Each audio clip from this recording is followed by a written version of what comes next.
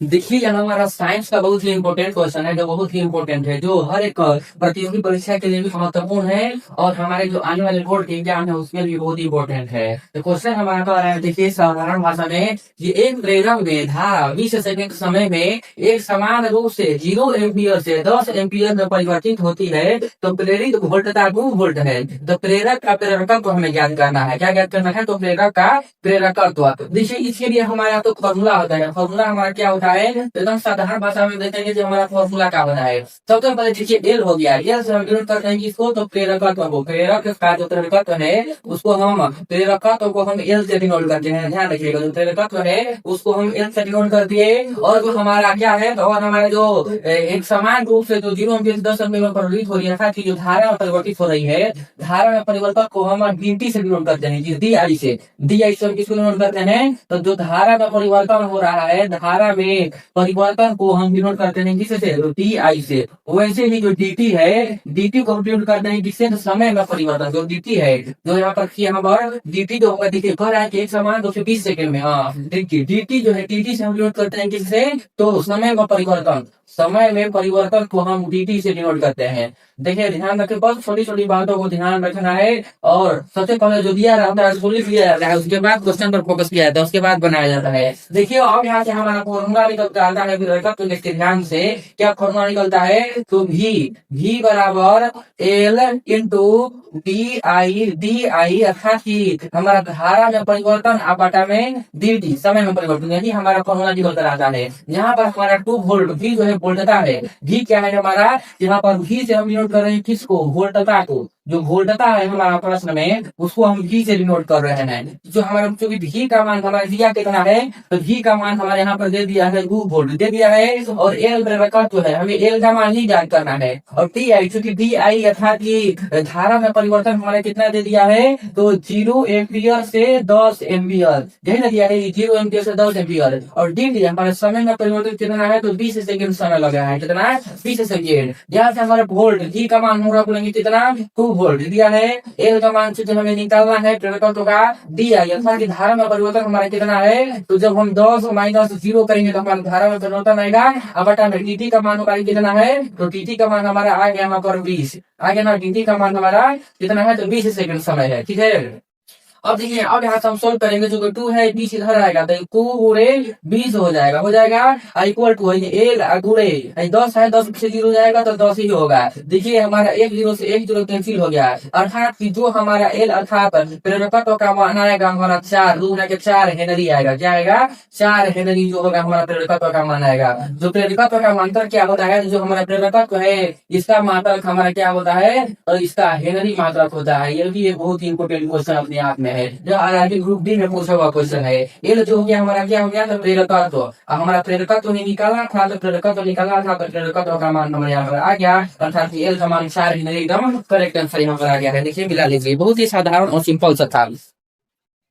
चूंकि देखिए यहाँ पर हमारा सीधी भाषा में क्वेश्चन हमारा क्या कर रहा है, दे रहा है हमारा क्वेश्चन कि किसी जो तत्व है उसका परमाणु का जितना है कितना प्रोटॉन की संख्या 29 है। ठीक है, तो मान लीजिए कोई भी परमाणु है उसका जो प्रोटॉन की संख्या कितनी है? तो 29 है। तो इसका परमाणु क्रमांक और इलेक्ट्रॉन की संख्या का अंतर, अर्थात की परमाणु क्रमांक माइनस इलेक्ट्रॉन की संख्या हमें ज्ञात करनी है। तो देखिए बहुत ही कंफ्यूजन वाला क्वेश्चन है, इसको हम कैसे बनाएंगे। देखिए सबसे पहले हमारे प्रोटॉन की संख्या, प्रोटॉन को हम पी से डिनोट करते हैं। क्या पी से हम इसको डिनोट करते हैं? तो प्रोटॉन की संख्या, प्रोटॉन को हम किससे डिनोट करते हैं? पी से। तो प्रोटॉन का मान हमारे क्या दे दिया है? 29 दे दिया है। और हमसे पूछ रहा है, हमसे पूछ रहा है परमाणु क्रमांक और माइनस परमाणु क्रमांक माइनस कितना? तो इलेक्ट्रॉन की संख्या कितना? इलेक्ट्रॉन हम यहाँ से दर्शा लेंगे इलेक्ट्रॉन की संख्या, यही यहाँ पे पूछ रहा है क्वेश्चन। तो देखिए इसको हम कैसे बनाएंगे, एकदम साधारण सा मेथड है, चाहे आप देखो तो कंसेप्ट बताने वाले। देखिए हमारा क्वेश्चन क्या है, क्योंकि जेड बराबर पी बराबर ई, अर्थात ये जो जेड है, यह जेड क्या है? यह परमाणु क्रमांक है। क्या है?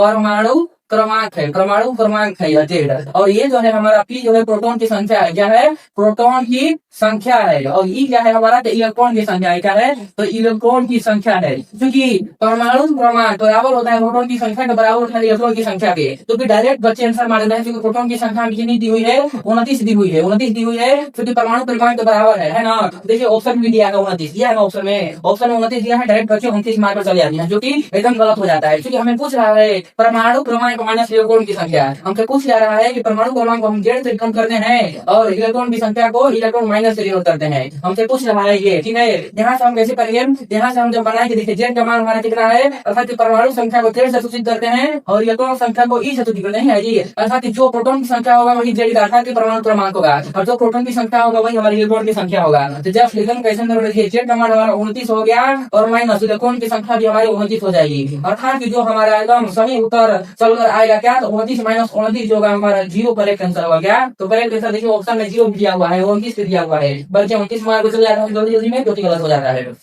ध्यान रखिए, छोटी छोटी बातें ध्यान रखना है यहाँ पर। क्वेश्चन हमारा कह रहा है यहाँ पर, किसी बंदूक से 0.06 kg मतलब कि 0.06 किलोग्राम की कोई गोली 40 मीटर प्रति सेकेंड के वेग से छोड़ी जाती है। यदि बंदूक 20 मीटर प्रति सेकेंड के वेग से पीछे हटती है तो इसका द्रव्यमान निकालें, ठीक है। इसका द्रव्यमान निकालना है। अब देखिए हम क्या हमारा दे रहा है कि यहाँ पर दो चीज है क्या, एक तो हमारा बंदूक है जो वहां पर है और उससे निकली आपको गोली है, ठीक है। तो पहला हम मान लेते हैं जो बंदूक है, बंदूक दो वस्तु है, कौन कितनी वस्तु है, दो वस्तु है, एक बंदूक है और एक गोली है हमारा, एक बंदूक है और क्या है, एक गोली है, दो वस्तु है ना। अब यहाँ से देखिए एक बंदूक और एक गोली, यहीं पर नजदीक देखते हैं कि समझ में आएगा। एक बंदूक है और एक गोली है। तो देखिए यहाँ पर कौन रहा है कि बंदूक से छोड़ी गई, मतलब कि बंदूक से क्या छोड़ी जाएगी, गोली। बंदूक से क्या छोड़ी जाएगी, गोली। तो हमारा एमओ देखिए, अब बंदूक से छोड़ी गई इसका द्रव्यमान हम मान लेते हैं M2 और इसका द्रव्यमान मान लेते हैं हम M1। बात समझी ना। बंदूक से कोई गोली छोड़ी जाती है तो गोली का द्रव्यमान हमारे यहाँ पर दे दिया है 0.06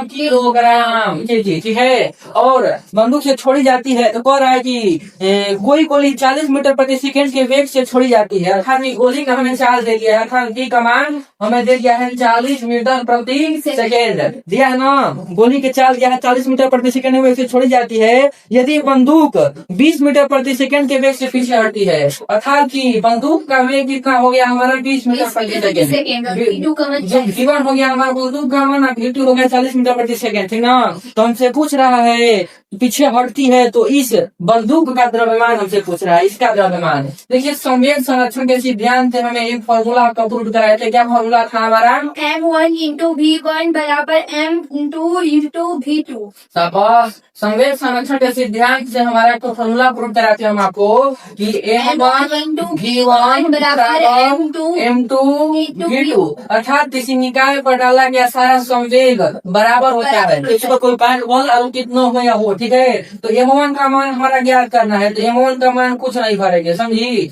गुणे हमारा हो गया V1 का मान कितना दिया है, 20 मीटर प्रति सेकंड दिया है और M2 का मान हमारा कितना दिया है 0.06 और गुणे V2 का मान कितना दिया है 40, ठीक है। भाई देखिए इन्हें गुड़ा में है तो हिंदे जाएगा तो बाटा में हो जाएगा, हिंदे गुड़ा में है तो हिंदे आएगा दी हमारा बाटा में हो जाएगा, अर्थात 20 हो जाएगा, हो गया ना। यहाँ से हम काटेंगे तो 0 से 0 और 2 दूना के 4, अर्थात कि हमारा कितना आ रहा है तो 0.06 और गुणे 2, अर्थात 0.6 गुना तो 12 1 2, ये कितना आएगा 0.12 आ रहा है, कितना 0.12 ग्राम में हमारा आएगा। कितने में आएगा, ग्राम में, क्योंकि मीटर प्रति सेकंड है, मीटर प्रति सेकंड है। तो जब इसको हम केजी में बदलेंगे हम यहाँ पर तो हमारा कितना हो जाएगा 12 किलोग्राम के लगभग हमारा करेक्ट आंसर निकल कर आ जाएगा। बात समझी, हाँ कोई दिक्कत नहीं।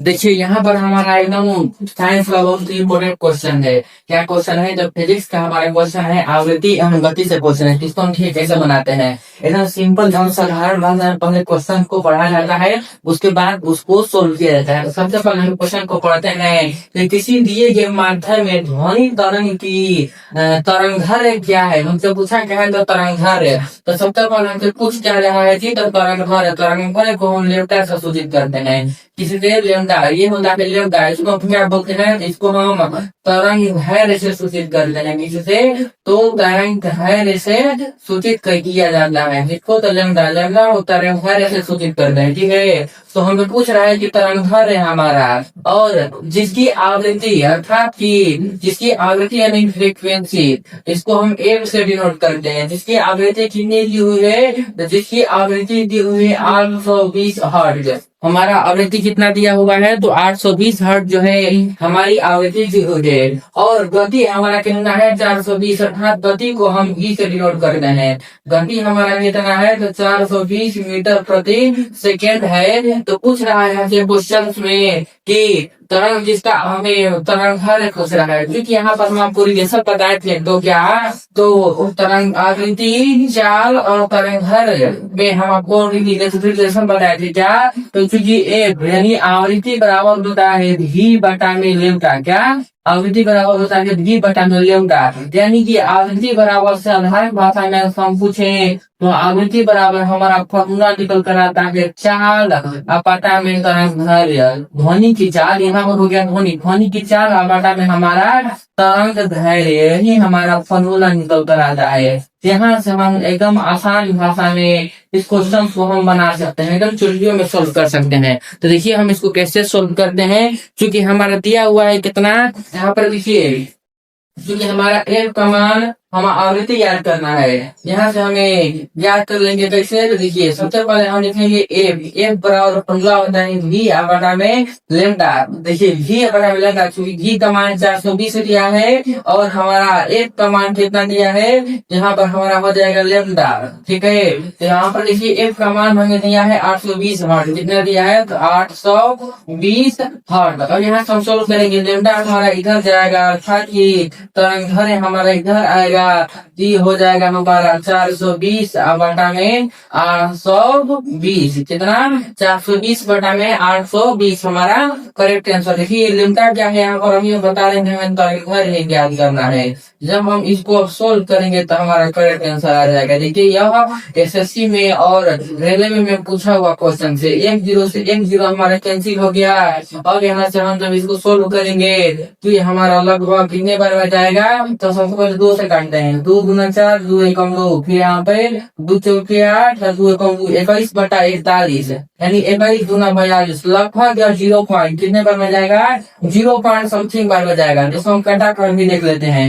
41 0 पॉइंट में जाएगा, तो 0 बार में 2, 41 बार जाएगा, 0.5 बार में 0.5 समथिंग जाएगा। कितने बार में, 0.5 समथिंग जाएगा। अर्थात इसका करेक्ट आंसर हमारा कितना हो जाएगा, तो 0.5। तरंग दैर्घ्य का ऐसा मात्रक क्या होता है, तो तरंग दैर्घ्य का ऐसा मात्रक कमेंट करके आप जरूर बताइए कि तरंग दैर्घ्य का ऐसा मात्रक क्या होता है। और यहाँ पर आवृत्ति का ऐसा मात्रक का मान हर्ट्ज हो गया, तो हमारा 0.5 करेक्ट आंसर हो जाएगा तरंग दैर्घ्य का मान। देखिए यहाँ पर एक फॉर्मूला होता है v बटा में लेमडा, अर्थात ये आवृत्ति बराबर ध्वनि की चाल बटा में तरंग दैर्घ्य है। क्योंकि यहाँ पर हमें क्या दिया हुआ है, तो आवृत्ति दिया हुआ है कितना, 820, और हमसे ध्वनि की चाल भी दी हुई है 420। यहाँ से हम तरंग दैर्घ्य का मान ज्ञात कर लेंगे बहुत ही आसान शब्दों में।